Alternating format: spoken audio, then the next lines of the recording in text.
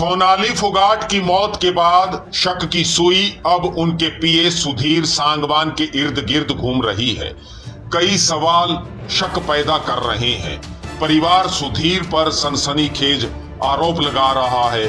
क्या सच में सुधीर सोनाली के साथ रेप करता था? आरोप है कि कई बार सोनाली के साथ रेप किया गया, रेप के वीडियो बनाए गए, वीडियो वायरल करने की धमकी दी गई, राजनीतिक और फिल्मी करियर तबाह करने की धमकी भी दी गई।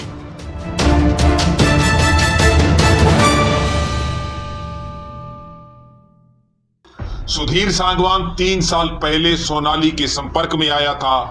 सोनाली का पीए था। जाहिर है सोनाली के कई राज वो जानता होगा और बहुत से राज सोनाली भी सुधीर के जानती होगी।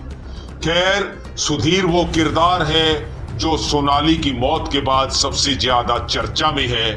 उसके पीछे कई सवाल हैं जिनके जवाब शायद सुधीर ही दे सकता है। पहला सवाल है कि सोनाली की मौत के बाद सूचना सबसे पहले मंगलवार सुबह सुधीर ने ही करीब 8 बजे सोनाली के भाई को दी। सुबह 8 बजे सूचना देने के बाद सुधीर ने परिवार के किसी सदस्य का फोन नहीं उठाया। आखिर क्यों?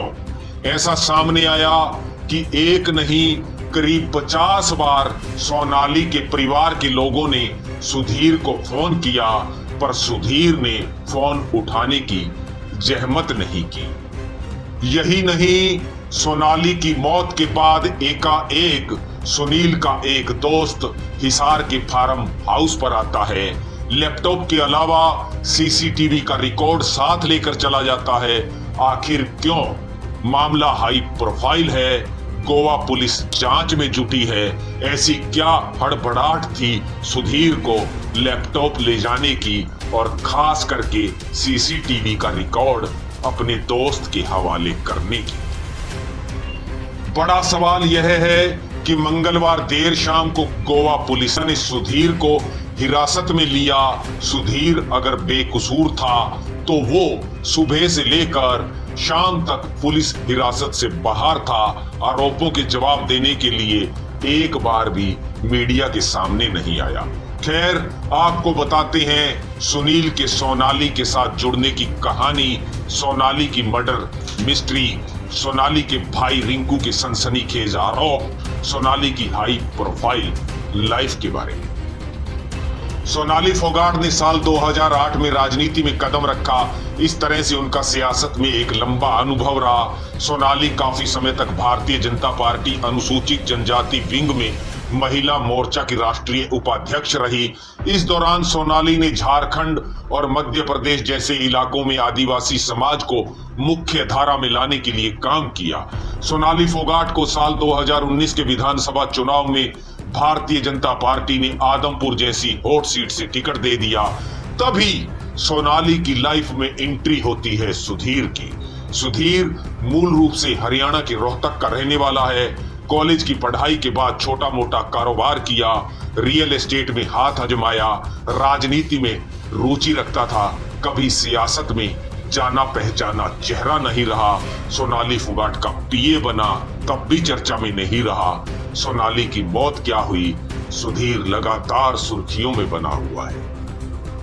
खैर, सुधीर के साथ एक शख्स और आया था सोनाली की लाइफ में। नाम है सुखविंदर सिंह।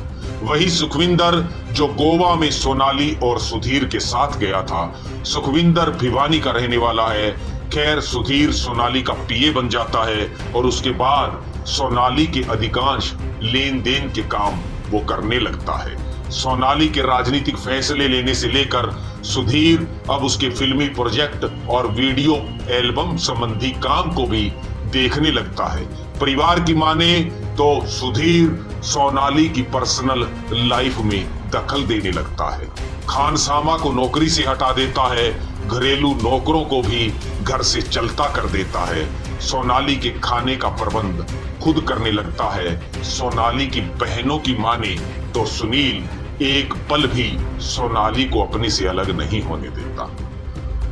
यही नहीं, सोनाली फोगाट की मौत के बाद एक सनसनीखेज खुलासे सामने आ रहे हैं। अब एक चौंकाने वाला खुलासा सामने आया है। सोनाली फोगाट के साथ 3 साल पहले उसके पीए सुधीर सांगवान ने रेप किया था।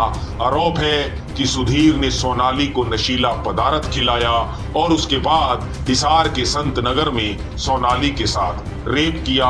रेप की वीडियो भी बनाई। वीडियो वायरल करने की धमकी देकर सोनाली को लगातार ब्लैकमेल किया। ऐसा भी आरोप है कि सुधीर ने सोनाली को उसके फिल्मी और सियासी करियर को तबाह करने की धमकी दी। अपनी मौत से कुछ घंटे पहले ही इन सब आरोपों के बारे में सोनाली फोगाट ने हिसार के अर्बन एस्टेट में रहने वाले अपने जीजा अमन पूनिया को फोन पर बताया था। इन सब गंभीर आरोपों का हवाला देते हुए सोनाली फोगाट के भाई और फतेहाबाद जिला के गांव भूथन कला के रहने वाले रिंकू ढाका ने गोवा के अंजुना थाना में एक शिकायत दी है। 4 पन्ने की इस शिकायत में रिंकू ने सुधीर सांगवान के खिलाफ एफआईआर दर्ज करते हुए जांच की मांग की है। उधर हिसार में भी सोनाली के परिजनों ने मीडिया के सामने आते हुए सुधीर पर आरोपों की झड़ी लगाते हुए सुधीर के नार्को टेस्ट की मांग कर डाली है। High profile lifestyle. आपको बता दें कि सोनाली जब जिंदा थी तो हमेशा हाई प्रोफाइल लाइफ जीती थी। वह हमेशा साइन करते हुए सोनाली फोगाट की जगह सोनाली सिंह शब्द यूज करती थी। ढंढूर गांव के पास उनका आलीशान फार्म हाउस है। फार्म हाउस में स्विमिंग पूल है। इसी फार्म हाउस पर वो अपनी इंस्टाग्राम और फेसबुक की रील्स बनाया करती थी। सोनाली फोगाट के पास लगभग 6.25 एकड़ कृषि योग्य भूमि है, जिसकी कीमत लगभग 2 करोड़ 15 लाख है। नोएडा में एक फ्लैट है, गंगवा में एक प्लाट है। इसके अलावा सोनाली फोगाट के पास एक फॉर्च्यूनर गाड़ी है और भी कई गाड़ियां सोनाली फोगाट के पास है।